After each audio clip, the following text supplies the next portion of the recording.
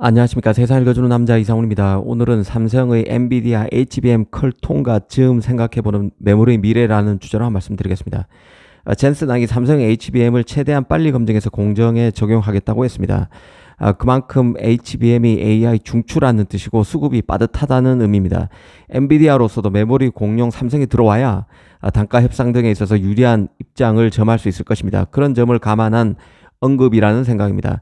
이 삼성으로서는 하이닉스, 마이크론 등 경쟁사보다 반박자 늦은 부분은 아쉽지만 하반기 12단 양산 돌입은 무난히 이뤄질 것으로 봅니다.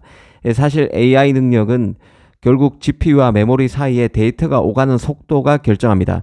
GPU는 빨리 계산하는데 그 결과를 메모리에 보내고 읽고 저장하는 과정에 시간이 많이 걸려서는 곤란하겠죠. 그래서 일종의 데이터가 지나가는 차선인 대역폭을 크게 늘리고 GPU와의 거리도 가깝게 배치할 수 있는 HBM이 최적의 메모리로 선택이 된 것입니다. 이제는 그 HBM의 세대도 진화하면서 HBM의 구조도 바뀌고 있습니다. HBM3E 같은 경우는 일종의 차선인 핀이 1024개죠. 1024개입니다. 하지만 내년에 개발 완료되는 HBM4는 GPU와의 연결선 개수, 즉 핀이 2048개로 지금의 2배가 됩니다. 이 고속도로 차선이 2배로 늘어나는 셈입니다.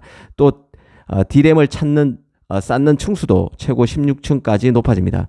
이 가장 주목해야 할 변화는 HBM4 맨 아래 설치되는 베이스 다이라는 칩인데요. 이 HBM4는 베이스 다이에서 GPU에서 수행하는 계산 기능 일부를 수행하게 됩니다. 멀리 있는 GPU까지 다녀올 필요도 없이 웬만한 계산은 베이스 다이에서 HBM 내에 있는 베이스 다이에서 직접 이루어진다는 것이죠. 메모리의 일부에서 프로세서 역할을 한다는 뜻입니다. 그래서 TSMC가 이 베이스 다이가 TSMC 5나노에서 제작되기 때문에 하이닉스와 마이크론이 HBM4와 관련해서 더 파운드리와 더 밀착하고 있는 상황입니다. 이게 의미하는 것은 사실 메모리와 비메모리 간 경계가 무너진다는 것을 뜻합니다. 삼성 하이닉스에겐 큰 기회가 되겠죠. HBM의 전통적인 그 컨벤셔널한 칩이 더 이상 아니라는 얘기입니다. HBM을 주문하는 기업마다 요구하는 조건이 다르고 그에 따라 설계가 바뀝니다. 표준 칩이 더 이상 아닌 메모리가 되기 때문에 기존의 메모리 산업의 문화와 생태계와 달라질 수밖에 없습니다. 설계에서 유니크한 부분이 늘어나서 메모리와 프로세서 업체 간 협업, 제조 방식에서는 패키징 방식에서 변화가 동반되는 만큼 메모리와 파운드리 간 협업이 갈수록 중요해질 것입니다. 삼성으로서는 엔비디아의 메모리 상강 중에 가장 늦게 합류하는 만큼 TSMC와의 협업 그리고 엔비디아와의 협업에 만전을 기해야 할 입장입니다. 그 HBM이 커질수록 시장이 커질수록 동반되는 비즈니스에서 변화 양상도 짚어봐야 할 부분인데요.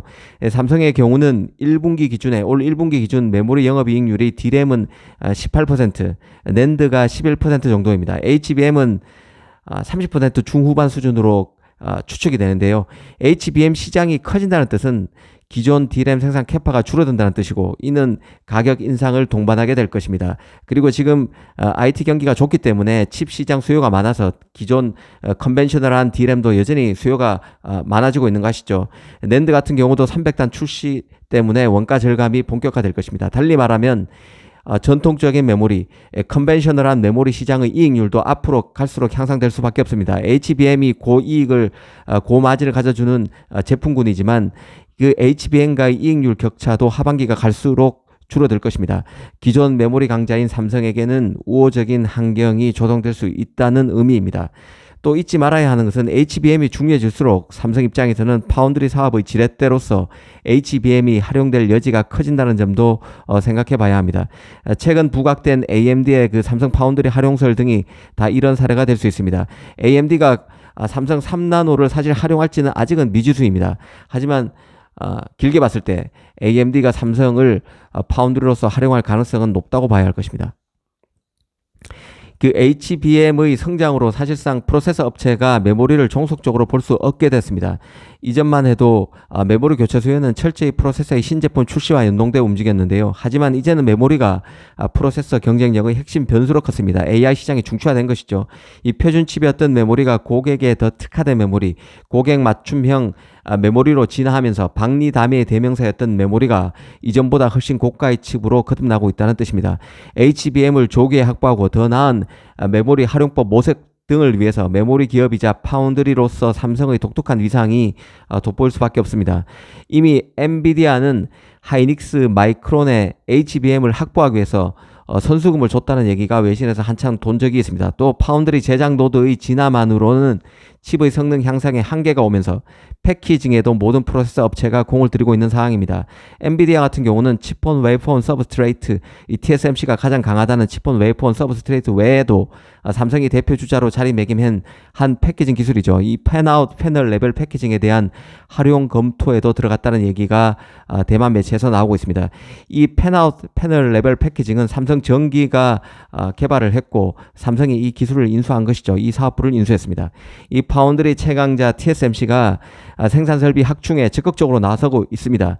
하지만 그 AI 산업 성장으로 GPU 등의 프로세서가 만들 공간이 부족해서 빡빡한 수준까지 왔고 가뜩이나 온디바이스 AI가 뜨면서 스마트폰 PC 시장도 정체기였다는 이제 침체로 접어든 오래전에 접어들었던 스마트폰과 PC 시장마저 살아나면서 첨단 칩을 만드는 첨단 노드가 갈수록 빡빡해질 수밖에 없습니다.